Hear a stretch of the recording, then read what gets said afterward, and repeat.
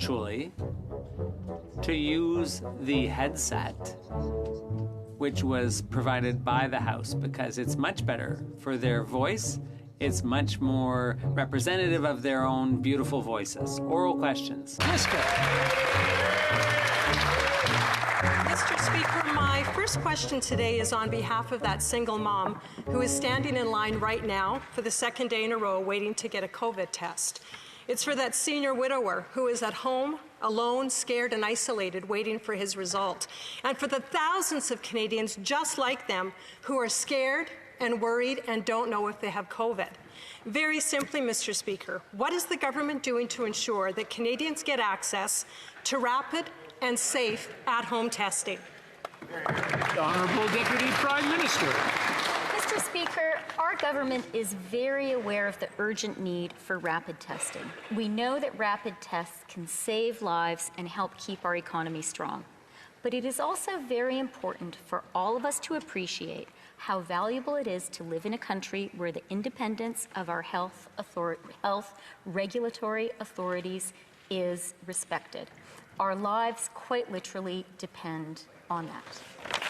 The Honourable Member for Portage-Lisker. Mr. Speaker, the Prime Minister always seems to be playing catch-up, whether it was months ago on his decision around the border, or today being slow and inept in helping small businesses, or getting rapid, safe, at-home testing for Canadians. The Liberals are always giving Canadians too little, too late. Things are not okay. There are 700 new COVID cases in Ontario alone, and shutting down the economy and going back to the Prime Minister's morning show is not the answer. When will the Prime Minister see that he's failing on dealing with the COVID crisis and that he's actually leaving millions of Canadians behind? The Honourable Deputy Prime Minister. Mr. Speaker, our government is absolutely aware of the gravity of the global pandemic that we are fighting together.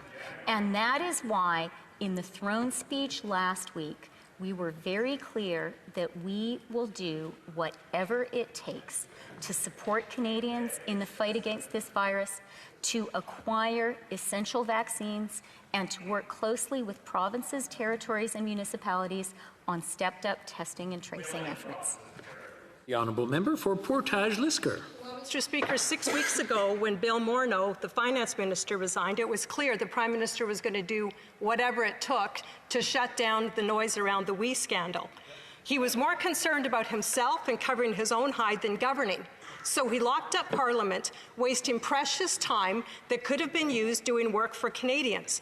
Doesn't the Prime Minister know that his scandals are not going to go away, and that by trying to cover them up, he has put his own interests above the interests of Canadians, their lives, their livelihoods, and their peace of mind? Honourable Deputy Prime Minister. Mr. Speaker, I don't know about the members opposite, but speaking for the members on this side of the House, I can say we have all been very, very hard at work over the past 6 weeks.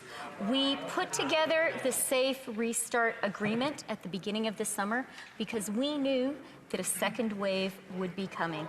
And that's why we knew we needed to give the provinces $19 billion to help us get ready together. And then, just a few weeks ago, we knew that it was a priority to get kids safely back to school. Another $2 billion, Mr. Speaker. The Honourable Member for Louis Saint Laurent. Thank you, Mr. Speaker.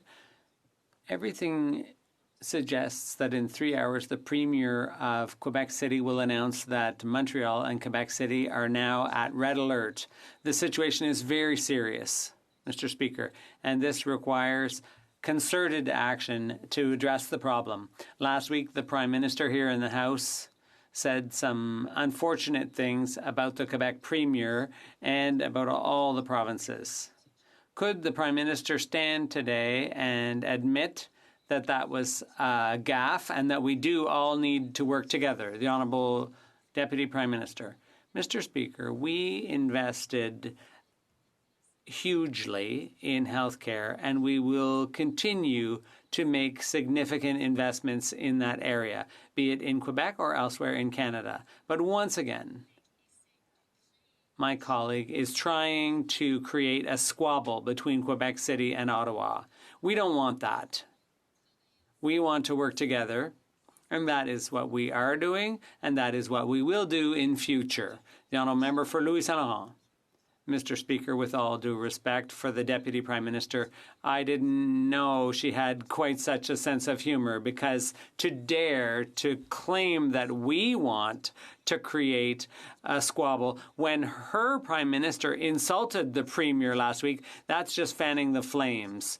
Everyone should mind their own business. The federal government has responsibility for rapid test development, for example, and the provinces have responsibility for delivering healthcare directly to residents of their respective provinces. So will the government commit to increasing health transfers? The Honourable Deputy Prime Minister.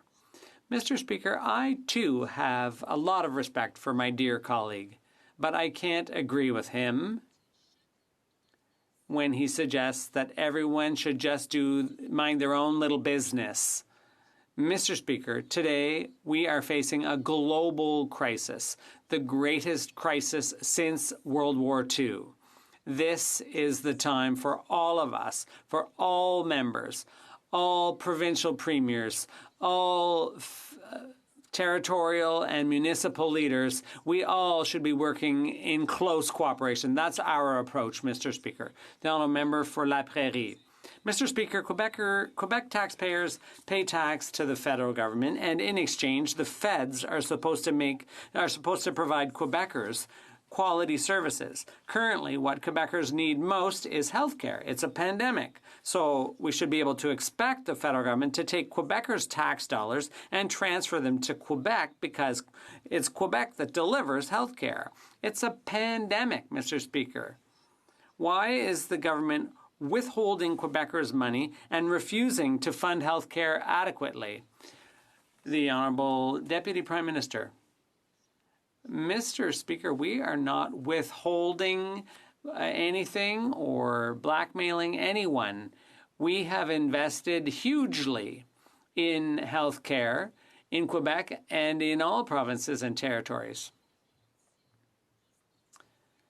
$19 billion in the Recovery Fund, and $13 billion of that went directly into health care and combating COVID-19. That's cooperation, Mr. Speaker. The honourable member for La Prairie. Mr. Speaker, the provinces and Quebec said they needed $28 billion in transfers.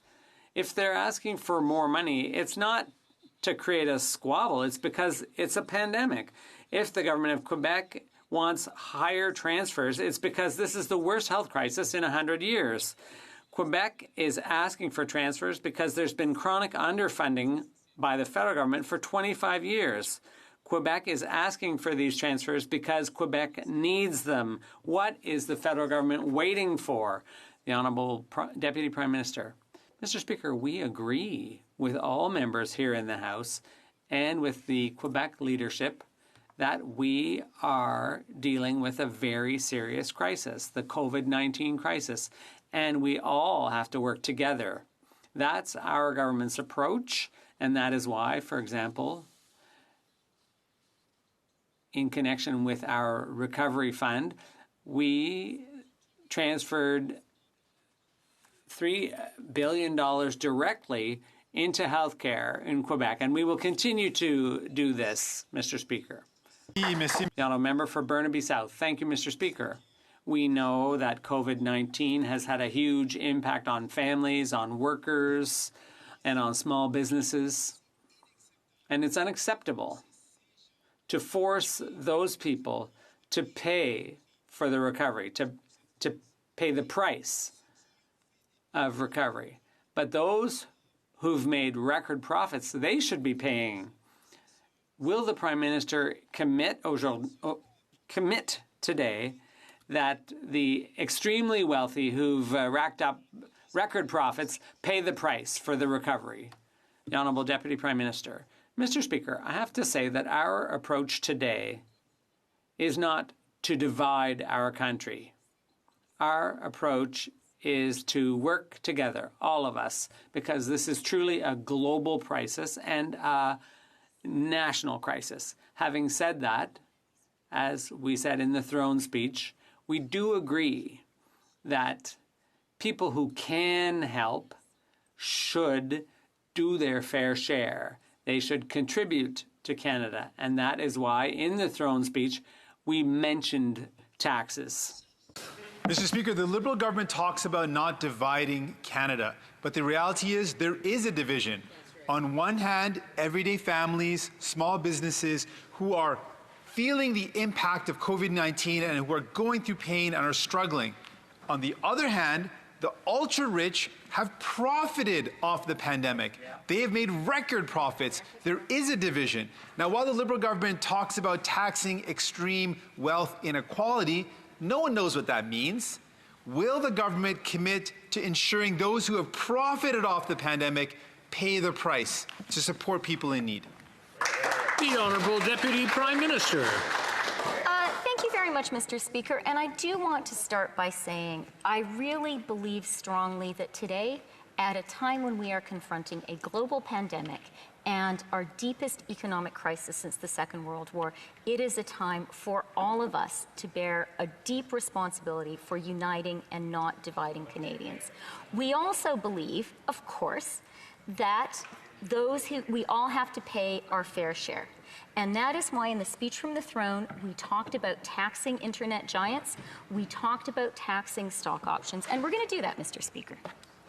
The Honourable Member for Calgary Nose Hill. In April, the Health Minister agreed to pay $237 million to Baylis Medical for 10,000 ventilators, although the devices were not approved in any jurisdiction. This, of course, is the Baylis Medical of Frank Baylis, former Liberal MP. So why was there a fast track for Mr. Baylis's device, but no fast track for rapid testing that every Canadian needs right now? Why is a former Liberal MP with a technology that has no track record of being approved anywhere in the world getting a special deal? The Honourable Minister. Mr. Speaker, I'd like to thank the honourable colleague for her question. She may recall in March, we went out to businesses right across the country and said we needed your support to build up personal protective equipment capacity right here in Canada. And they heard our call loud and clear. There are over 1,000 businesses that have retooled and scaled up their operations to make sure that we have the appropriate personal protective equipment for frontline healthcare workers, Mr. Speaker. And I'm very proud of that track record and will continue to support our healthcare workers and make sure we support the broader economy as well. Honourable Member for Calgary Nose Hill. He literally said nothing. And while he said nothing, there are women waiting in line who can't afford to take time off of work today to get a COVID test. And some former Liberal MP gets his stuff fast-tracked, but rapid tests didn't happen, and that's just garbage. I just read, it's just breaking, that there's a global initiative that's about to send 120 million antigen tests, at-home tests, to developing countries around the world. Germany has bought 20 million of these tests, and so has France and Switzerland. Where are ours? Honourable Minister of Health. Mr. Speaker, thank you very much for the question. It's really important that we understand that testing is a complex space, and one test is not the same as another. It is also very important, Mr. Speaker, that we rely on the incredible scientists and regulators that are working so diligently at Health Canada to assess every single applicant and ensure that whatever is regulated and approved in Canada will not make the situation worse, but in fact will help provide clarity for people seeking tests. L'honorable député.